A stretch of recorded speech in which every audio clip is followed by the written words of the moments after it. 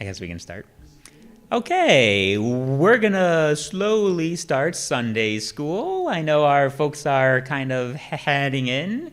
Hey, don't blame me. There's a clock, folks. Just gonna give us a minute to head in. Awesome. So, oh, nice one there. Nice one.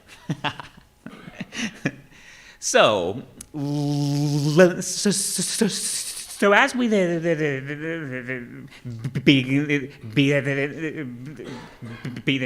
this, I just want to ask a really simple question. Is serving God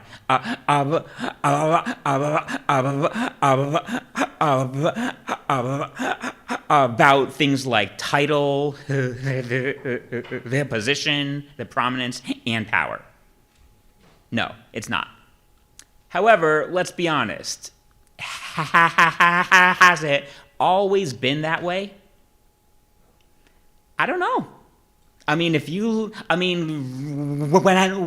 Christ just had 12 disciples, what were their constant arguments about?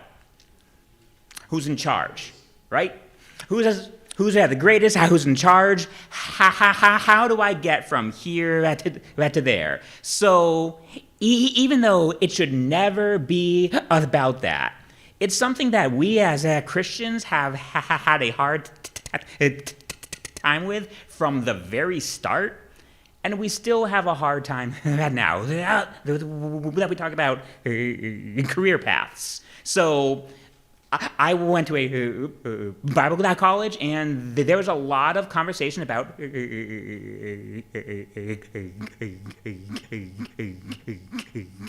career paths in ministry. And that's not necessarily a wrong thing, but a lot of it was, step 1, step 2, step 3, I'm in charge. But as we see how God has led people in His Word, it's often not that way. And that's what we're going to have to see today. That we're going to see David's path to power, which is a little chaotic, and at that same time, we see Saul's clinging to the power. So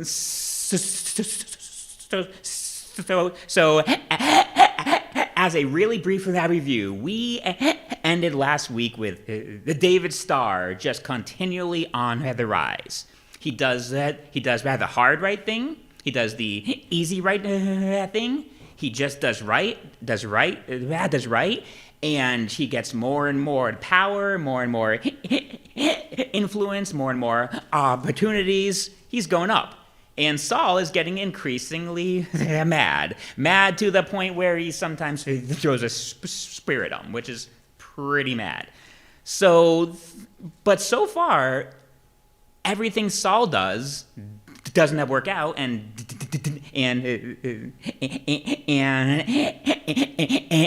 it is working out for David. Well, Saul has enough, and I'm in 1 Samuel chapter.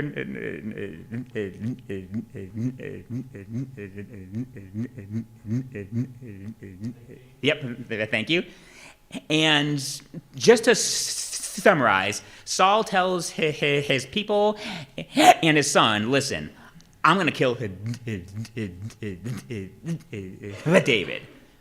Now, he's tried in the past, but in the past, it was an impulse. I'm mad. Whoosh. And, at least if someone is impulsively trying to kill you, at least you have the ways out. But when the king makes up his mind, talks to the people and says, that's it, he's done. That's a game changer. So, as we've seen, Jonathan is a deep friend of David's. So he basically sends David away and says, let me talk to my dad. So he talks to his dad, and explains that David's done right. What are you doing? And Saul says, okay, fine. So all's well that ends well, except Saul is still pretty upset, and things are, and this is kind of the Band-Aid. So again, there's war, and again, David goes out and fights, and again, he fights well, and again, Saul gets mad. And the same story happens again. I'm just going to breeze through because it's basically the exact same thing that we saw last week. Saul takes his spear, throws it at David, but David dodges. But then Saul says, I'm going to send people to his house at night to kill him. And again, we're seeing that pattern in Saul's heart, where Saul, who as we started this, was a man who wanted to do what's right, and he made some of the mistakes, like, he got mad and he tried to kill a person. I mean, who hasn't? But that one hand raise. But now that we have really crossed that line into he is premeditating things that he knows is totally that wrong. And keep in mind, this is his son-in-law.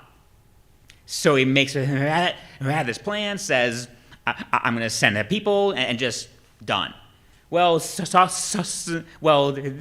David's wife warns him. She sneaks him out the window that puts things in his bed and says, oh, he's asleep, he's sick. So Saul's messengers go back and say he's sick. Well, that didn't work for Saul. Saul said, you go back and you kill him in his bed. Like, I'm done. So they come in, and lo and behold, there's no David. So David flees, and he escapes to Samuel in Ramah, which makes sense. Samuel is that powerful man. He's that man of God. He's that man who anointed David. But put yourself in Saul's shoes here. You have the old leader of Israel and the anointed future king of Israel, who have both had breaks with him, are now meeting together. This is a direct threat against Saul's reign. And Saul is all done being quiet about this. He is all done with palace intrigue and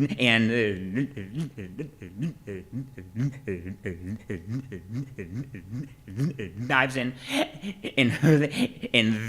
the dark. He just says, send men to Samuel, and we're going to bring David out and kill him. So we see his boldness growing in this, in that he is just the boldly and proudly doing wrong. So I'm going to breeze through this part, but it's a strange story where Saul sends messengers 3 times. And each time they come up to people prophesying. And like we talked about a few weeks back, that was probably they're prophesying by music. And when the messengers that come up, they start to sing along and lose complete track of their job and just join at the choir. So Saul sends another group who join at the choir, and Saul sends another group who joins at the choir, and that choir is getting really big, but there's still no David. So Saul goes himself, and Saul completely loses control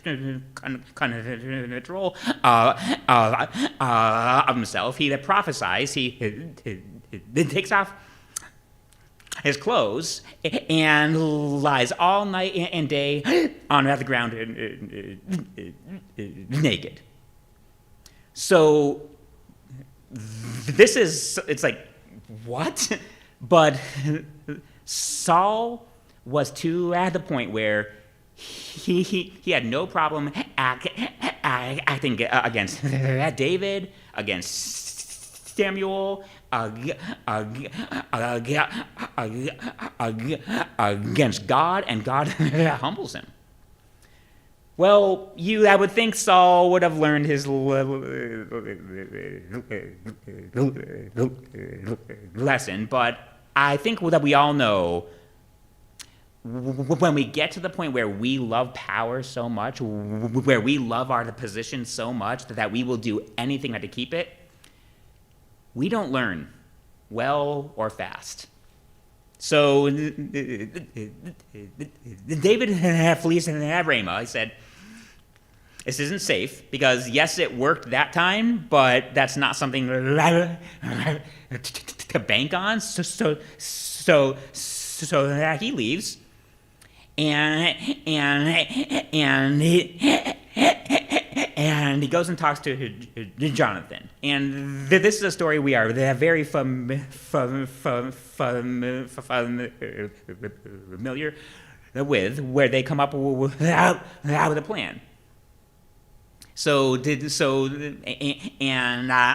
going to summarize that here too, so we can make that progress here. But the plan they come up with is David is going to take 3 days off. He's going to just walk away, and Jonathan, I will say, oh, he's at a feast at his parents' house in Bethlehem. So the point was, let's see where Saul's at. Did Saul learn? Is Saul fine or is Saul not? So as they said, if I say that and Saul says, oh, fine, then I would know it's okay. If I say that and Saul gets mad, that we know that there's a problem. And they come up with this plan of signaling that, which I will see in a bit, but that's not their plan. So we have at the feast, and Saul says, I see David's place is empty. And Jonathan says he's at a feast and all that. Saul is mad. Saul is beyond mad, and Saul even accuses Jonathan of abominable sin. And that's when Jonathan knows this is not a passing thing with Dad. This is a thought-through, well-ingrained determination. I must admit that Jonathan's tale in this story is one we really should be paying attention to. Because again, he's doing the hard right thing. He loves David. He loves his dad. He loves his God. And he wants to think the best of David and Saul. So he says, no, it's not that bad. It's not that bad. But then it is that bad. Saul has made up his mind that there is not one thing that can change it. So he goes back to the field and his agreed upon system. He shoots an arrow, and his plan with that David was, if I send the messenger to fetch it, then I know it's safe to come back. If I say to my servant, the arrow is too far, then I know it's not safe. So he shoots, and he tells his servant, the arrow's too far. And then once the servant leaves, David comes out.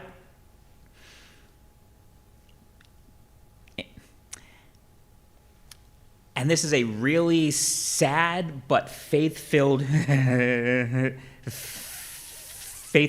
that moment.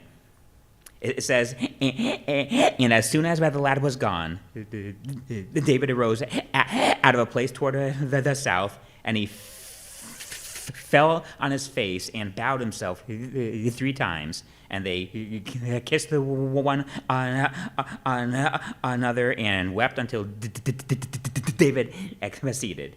And Jonathan said to David, "Go in peace, for as much as we have sworn both in the name of the Lord, saying, the Lord be between me and thee, and between my seed and thy seed, and forever." So these two dear friends parted. Now, they will meet one more time in life, but it's brief. So this is really the end of a very deep friendship. Yet David and Jonathan both knew that doing God's will was important. And they both embraced that, and they swore an oath of perpetual friendship. And by the way, that we'll see how that oath plays out long after Jonathan dies. That's that weeks away, but spoiler alert. So David is now completely on the run.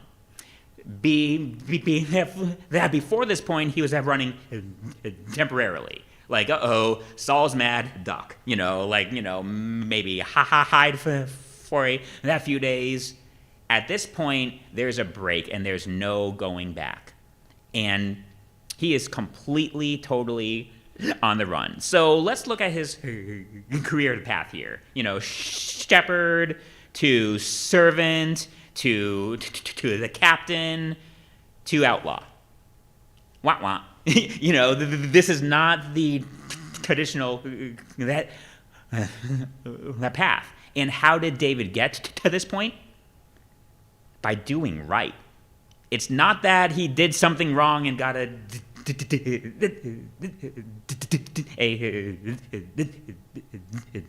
demotion. He was doing right. And now he's on the run. So he goes to the priests, and the priest Ahimelech, who by the way is a great grandson of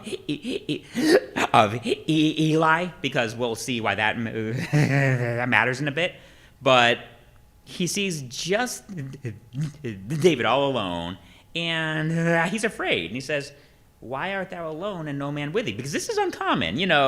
He's a high-ranking servant in the kingdom who has had some very public and high-profile arguments with the king, and now he's out all alone. It's like, what? So let's just be honest here. David straight up lies and says, the king sent me on an errand. And he said, I really need to have food. David had a small group with him of his personal guard, and they hadn't eaten.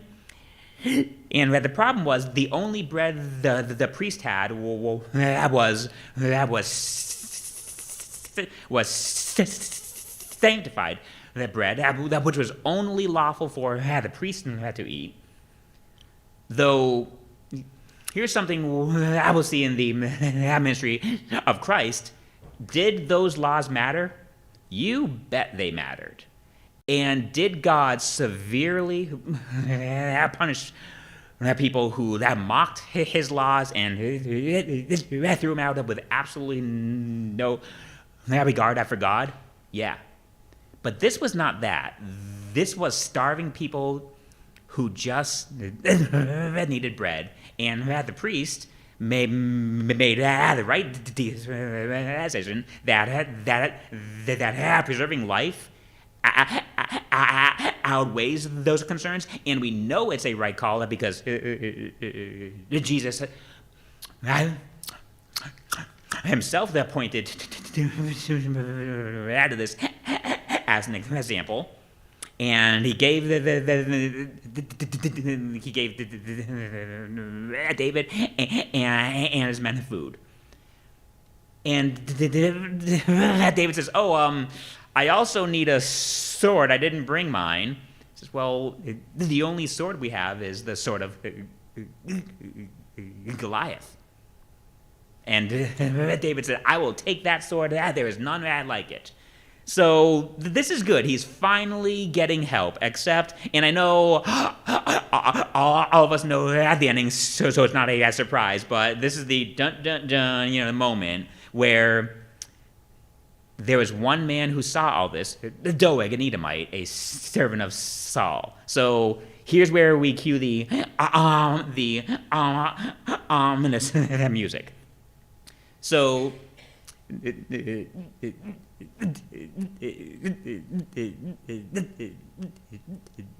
David leaves.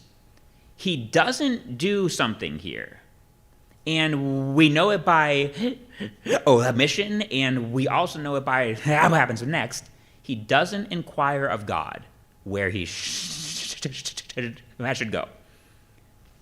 He goes to Gath, which we talked about on a Wednesday night.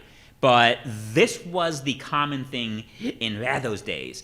If your king was mad at you, you go to your king's enemies because they love to have potential servants and spies and folks that had to work. So this was a very common practice in those days in that courtly world of my king's mad, who really hates my king, and I'm going to go hang with them, and they'll protect me. While that was a common and prudent thing to do, he didn't ask God. And it wasn't a very godly thing to do from this man who fought a giant in a God's name. Now is that going to those same people who sent that giant and said, please help. God's anointed is after me. Prudent, wise, not a very spiritual move. And as we saw on Wednesday night, it doesn't end so good because folks start saying, wait, this is David. And don't you remember that song? Saul has slayed his thousands, David slayed his 10,000s. Well, among those 10,000s are our brothers, our sons, our countrymen. Do we really want to give sanctuary to the guy who's killed us by the tens of thousands? So David again resorts to deceit to save his life, and he acts like a person with deep mental health problems. He starts drooling in his beard, and I'm not gonna do it for you, but he starts drooling, acting insane. And now that might seem like, wouldn't they just kill someone? But among the pagans, it was really bad luck to kill an insane person. They view them as touched by gods. So it was kind of a polite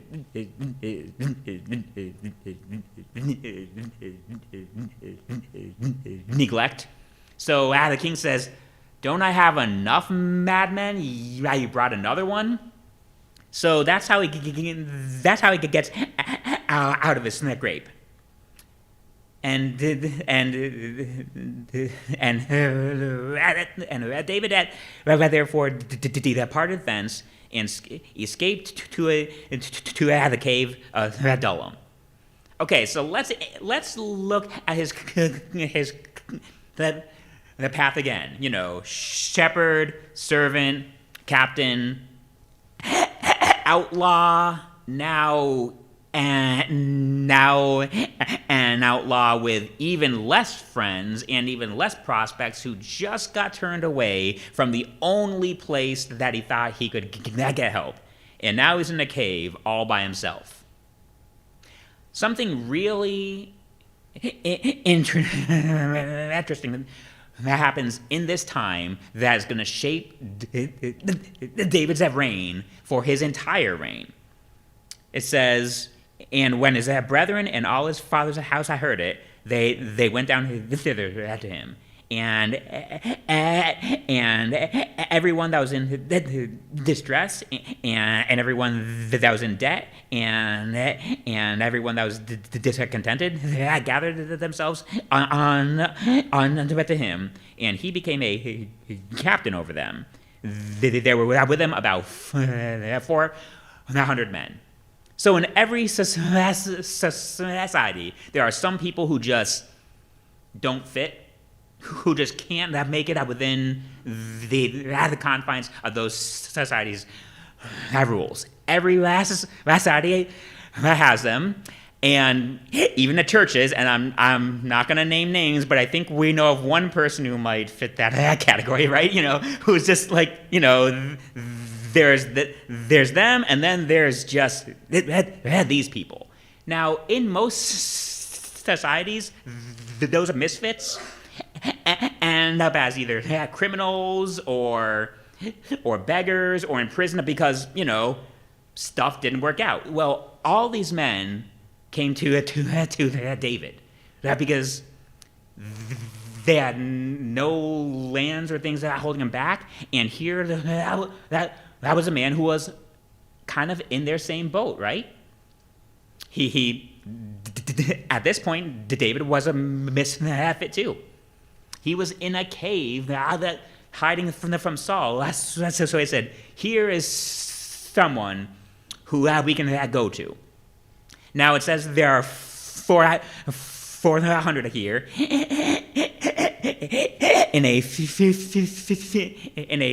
bit more. I would see it that grows up to 600. But here is why it's important. Have you heard of David's mighty men?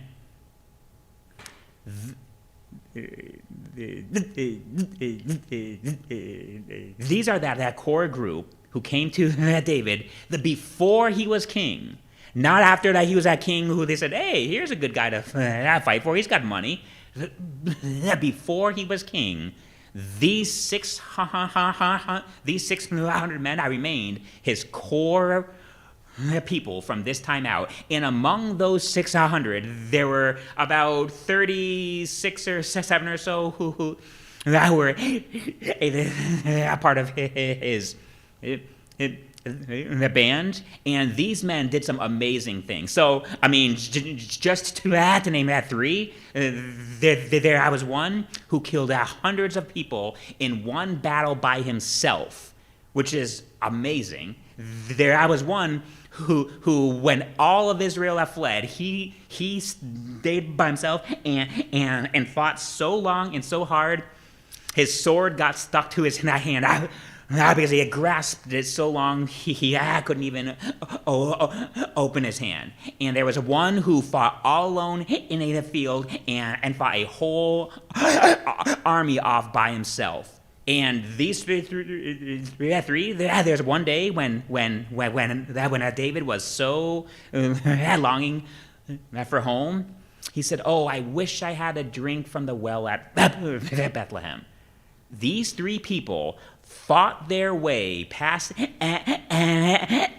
enemy lines into Bethlehem, got some water, brought it back to David. This is how powerful they were, and this is how much they loved David. And I'm going to jump way to the end of his reign, when Absalom rebelled, and every instrument of power in the kingdom was out with Absalom. He had the army, he had the tribes, he had the capital, he had the priests, he had everything except David's mighty men. They stayed up with David. Who won? David. In fact, Absalom was so scared of David's small band of mighty men, he said, I'm not going against them until I gather all Israel behind me. So he said, before I fight with these few hundred, I need at least 100,000 men. These guys are tough. These people became the heart of David's political and military power. And where did he find them? In a cave. So again, we see, if we just look on the outside, his path is kind of going down right now, right? But God used this time to build something in David, and through David, and with David, that's going to be something that he relies on to do God's will for the rest of his life. Sometimes God's path does lead in caves, and sometimes that's okay. Sometimes it's not in the courts of the kings that people are made. Sometimes it's in the wilderness. And I just want to, I'm going to say that for the end, actually. Scratch that. So David has an army now. It's a small army, but it's the powerful one, and they are fanatically devoted to David. It says he's their captain. So that's not a word for someone who, rules from a throne and says, go get him. This is someone who shares their struggles with them. So he sends his family to Moab for safekeeping, and he and his men stay in Judah. And the prophet Gad said unto David, abide not in the hold, depart and get the hence into the land of Judah. So that cave is on the border of land that was ruled by Israel and land that was ruled by the Philistines. So the prophet says that go away and go to Judah, which is David's home tribe, which is where that would expect him to have that more as support and have more backing. We'll see that. We'll see how that goes. But anyway, so that's where he goes. Saul, meanwhile, is having a pity party. And he says, woe is me, my son and my family are all siding with that David. And he says to all of his men, I gave you lands and money and all this stuff, and and no one tells me where that David is. Woe is me. So our old friend, the Doeg,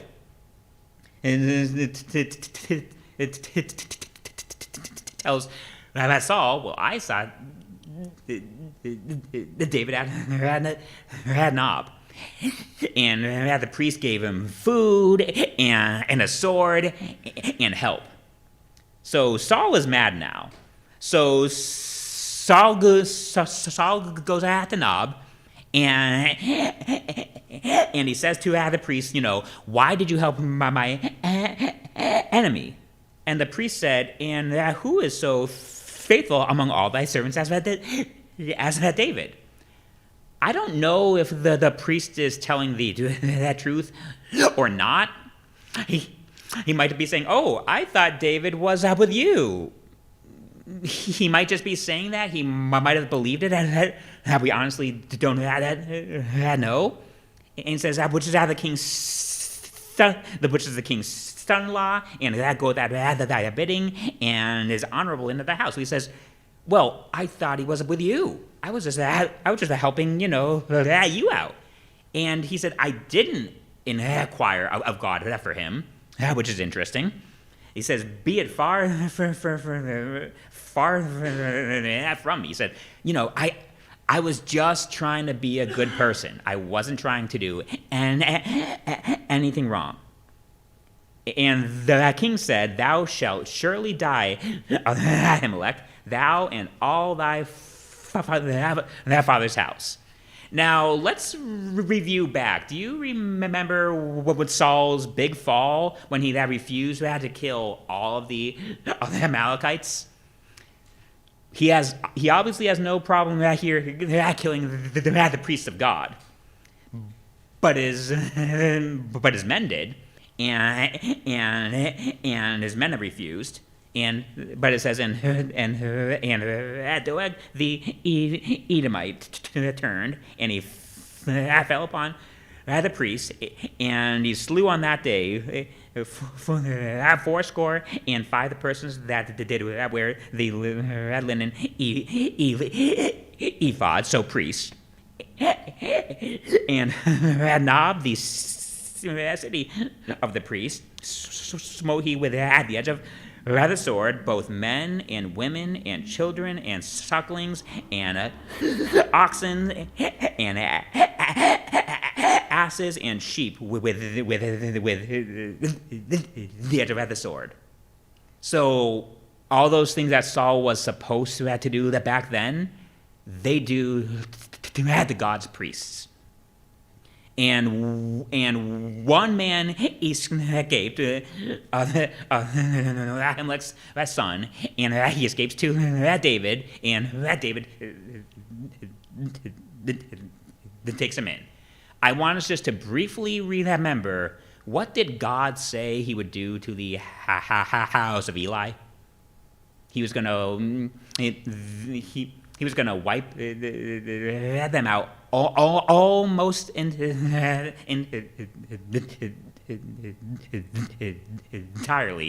and those few that I remain, I will be poor and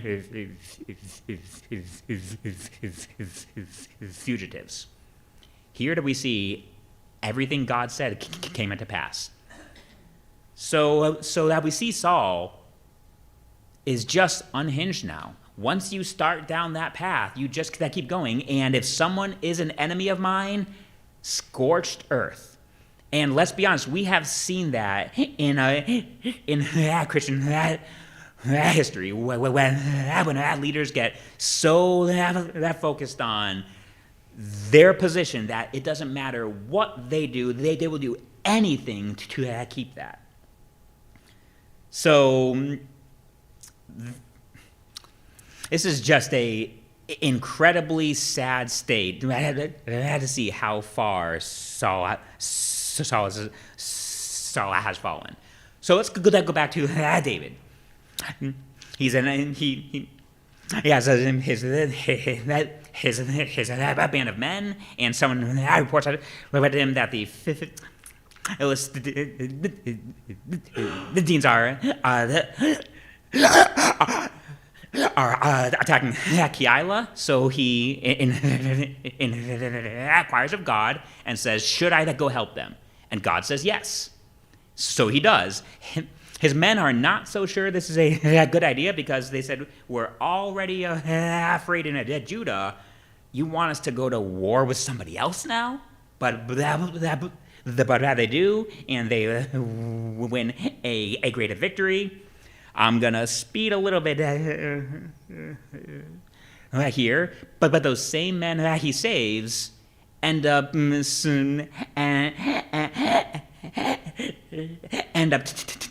telling Saul that he's here. So as Saul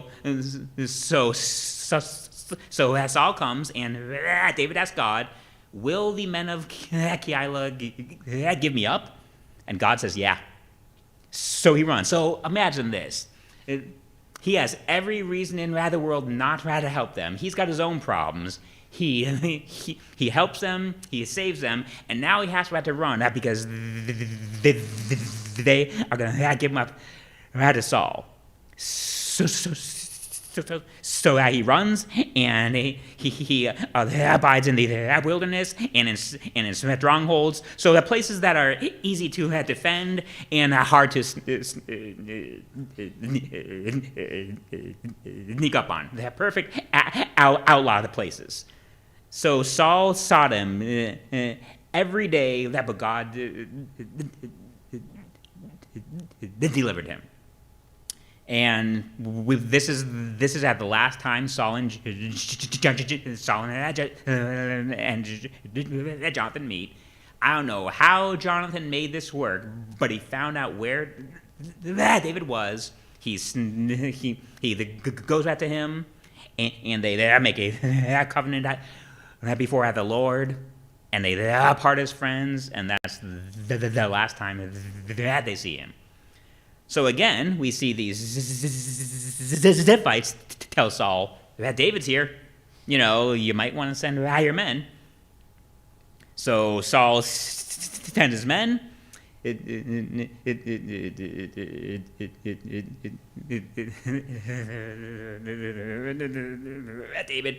is in a really rough spot here.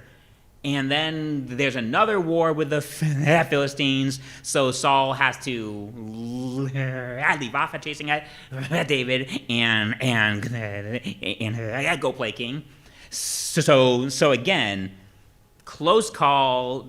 David barely makes it out, and he escapes to Gedi, which is by the Dead Sea, which is a really remote place. So David's journeys that go from remote places to more remote places to more remote places, just trying to escape Saul, trying to